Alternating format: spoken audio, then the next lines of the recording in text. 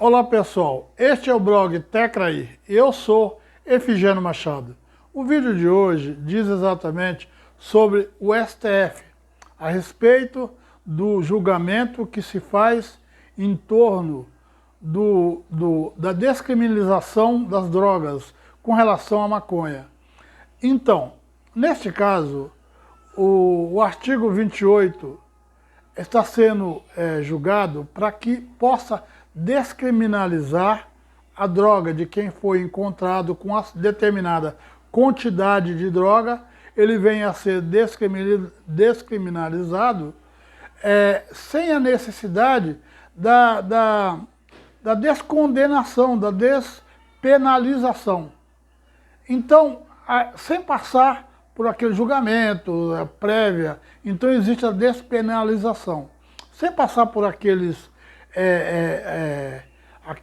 todos os termos que a lei hoje exige quando a pessoa é pega com determinada quantidade de droga, de maconha.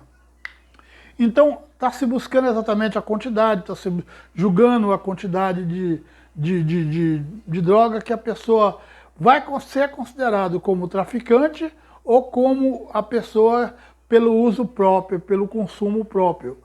E aí, o que acontece? O julgamento acontece e tem hoje o voto do Zanir. Zanir é o último ministro que foi nomeado pelo Lula, que hoje tem no seu voto mostrou uma opinião diferenciada. A gente imagina o seguinte, digamos que eu seja motorista contratado de uma empresa. Tudo bem, eu fui contratado para fazer as viagens necessárias, fazer a entrega e o transporte daquela empresa. No caminho eu venho a colidir o caminhão com outro carro. A responsabilidade é da empresa? Não, a responsabilidade é do acontecimento. Vai haver uma averiguação e com certeza eu serei responsável se eu for realmente responsável. No Supremo Tribunal, a responsabilidade é de quem julga, é de quem dá o voto. Lá quem está dando o voto é o Zanir, não é o Lula. Então o Lula não tem nada a ver com o voto dele.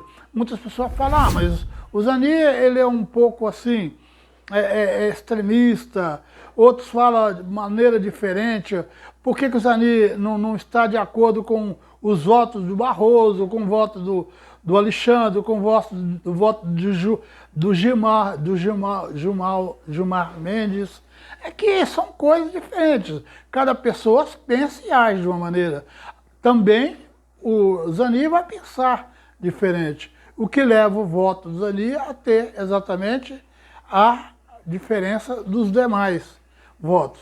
Já tem 5 votos a 1 e a gente está esperando que aconteça os demais votos para que a gente conheça o resultado do Supremo. Também gostaria de dizer que existem diversas opiniões de diversos ministros do Supremo. O voto do Barroso, o voto do Alexandre, o voto do Gilmar Mendes e o voto e a opinião do Zanir. Eu gostaria que você acompanhasse, lá tem todos eles, que você olha, você vai observar e vai dar a sua opinião. Opina aí se você concorda com a Justiça, com o Supremo Tribunal, em descriminalizar a maconha, uma certa quantidade para uso próprio de cada pessoa quando for pega, onde quando ele for pego, ele vai saber se ele pode ou se ele não é para uso, ou se não é para uso.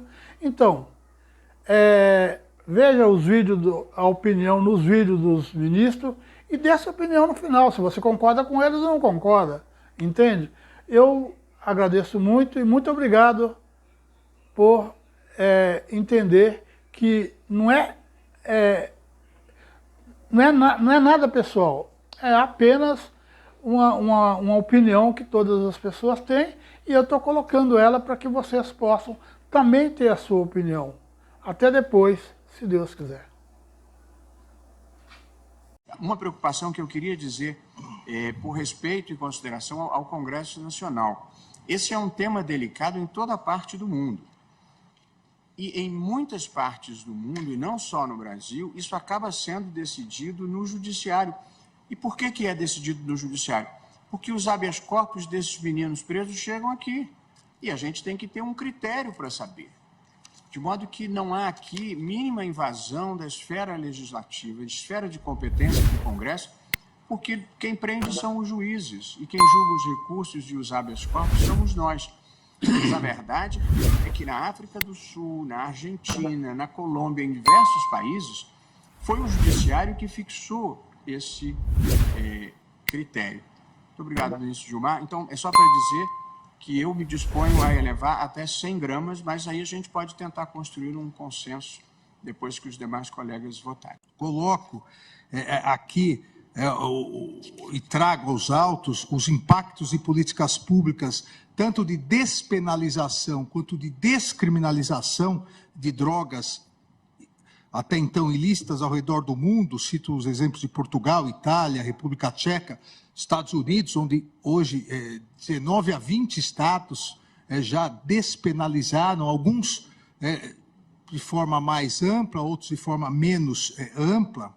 Em Portugal, por exemplo, o número de óbitos relacionados ao consumo de drogas a partir dessa despenalização caiu de 400 para 290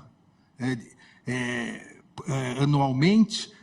Caíram os registros de infecção por hepatite B e C também. Agora, por outro lado, houve um crescimento significativo da utilização. Então, os especialistas trouxeram vários dados.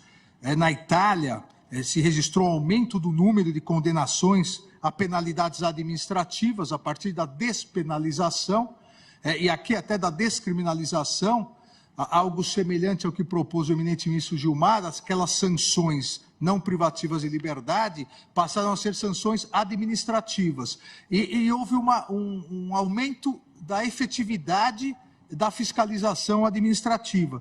Então, houve um aumento de condenações administrativas, aqui de 7.200, por exemplo, em 2006, para 16.154 em 2010, principalmente na utilização aqui da maconha em locais proibidos.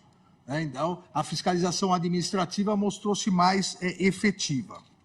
Meu respeito às posições possivelmente divergentes, que sempre contribuem para o aprimoramento da jurisdição constitucional, eu vou reajustar o voto para restringir a declaração de inconstitucionalidade a apreensões relacionadas à substância entorpecente tratada nos autos do presente recurso, bem como para incorporar os parâmetros sugeridos, acho que agora no voto do ministro Alexandre de Moraes. E em linha com o voto proferido no início do julgamento, eu quero destacar que é válida a opção legislativa pela proibição do porte de drogas, ainda que para consumo pessoal.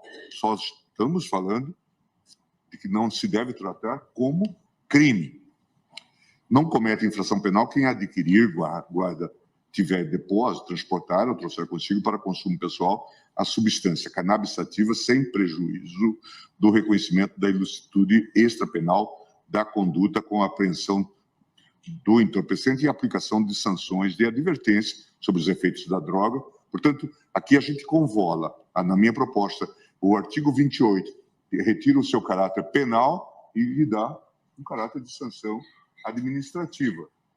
A mera descriminalização do porte de drogas para consumo, na minha visão, apresenta problemas jurídicos e ainda pode agravar a situação que enfrentamos nessa problemática do combate às drogas, que é dever constitucional, nos termos do artigo 144, inciso 2, da Constituição da República. Não tenho dúvida de que os usuários de drogas são vítimas do tráfico e das organizações criminosas ligadas à exploração ilícita dessas substâncias. Mas o Estado tem o dever de zelar pela saúde de todos, tal como previsto no artigo 196 da Constituição da República. A descriminalização, ainda que parcial, das drogas poderá contribuir ainda mais para o agravamento desse problema de saúde. A ratio legis do artigo 28 é justamente a de reduzir esses danos. A lógica é que, com a descriminalização, aumente ainda mais afora o fato de que a aquisição de drogas junto a fornecedores ilegais, muitas vezes ligados a grupos ou facções criminosas, pode colocar em risco a própria vida do usuário.